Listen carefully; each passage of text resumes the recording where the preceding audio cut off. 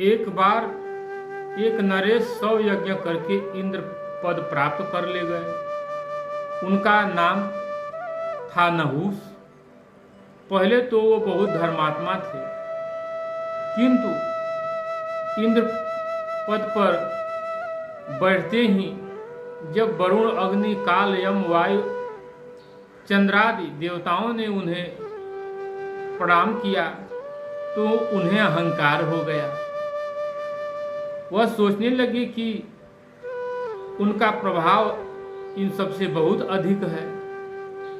उन्हें लगा कि इंद्र अभी तक नहीं आया, वह कहाँ है। सूचना मिली कि वह तपस्या करने चला गया है। नहुस ने कहा, इंद्र नहीं तो उसकी पत्नी ही सही, सची कहाँ है, उसे मेरी सेवा में उपस्थित करो। महारानी सची ने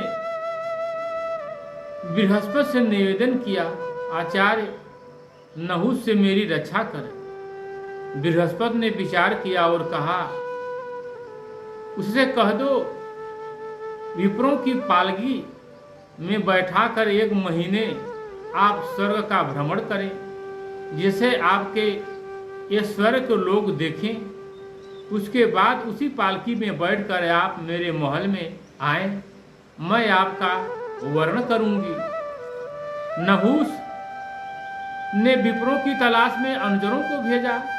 स्वर्ग में तो देवता रहते हैं, वहां विप्र कहाँ है।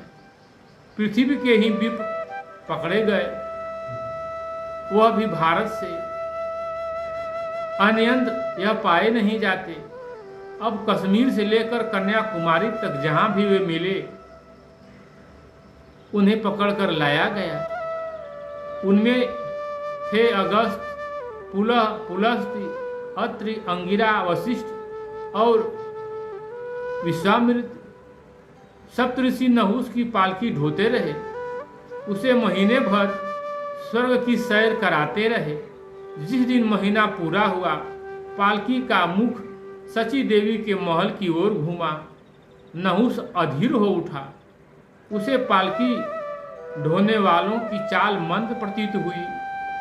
सर्प सर्प यानी शीघ्र शीघ्र कहते हुए उसने महर्षि अगस्त को पैरों से ठोकर मार दिया। ऋषि ने श्राप दे दिया, जाओ सर्प सर्प हो जाओ। अजगर की तरह लहराता है। नहुस आकाश से नीचे आने लगा। ऋषियों से उसने प्रार्थना की, मुक्ति का उपाय पूछा तो उन्होंने कहा, जब कोई तुम्हें ब्राह्मण की महिमा बता देगा, उस दिन तुम अजगर के इस अधम शरीर से मुक्ति पा जाओगे। गद्दी पाकर अहंकार हुआ और अहंकार पाकर के श्राप पा लिया। गिरता चला जा रहा है। नहुस ने जिज्ञासा की, भगवान कौन बताएगा मुझे ब्राह्मणों की महिमा। उन महापुरुषों ने कहा, इस समय सृष्टि में कोई नहीं है जो ब्राह्मणों की महिमा जानता हो। द्वापर में वनवास काल में युधिष्ठिर तुम्हें ब्राह्मण की महिमा बताएंगे, तभी तुम इस अधम योनि से मुक्त होकर पुनः इंद्र पद प्राप्त कर सकोगे। संत दयालु होते हैं। यद्यपि नहुस ने 1 महीने तक उनसे पालकी ढुलवाई, फिर भी उन्हें कोई क्रोध नहीं आया। उसके उद्दत आचरण पर क्रोध आया भी तो पुनः मुक्ति का आशीर्वाद भी दे दिया। इसलिए महापुरुष दयावान होते हैं। इस प्रकार सची की रक्षा के कारण बृहस्पति ने स्वयं हस्तक्षेप करना आवश्यक नहीं समझा, बल्कि बुद्धि का प्रयोग कर नहुस को दंड दे दिया।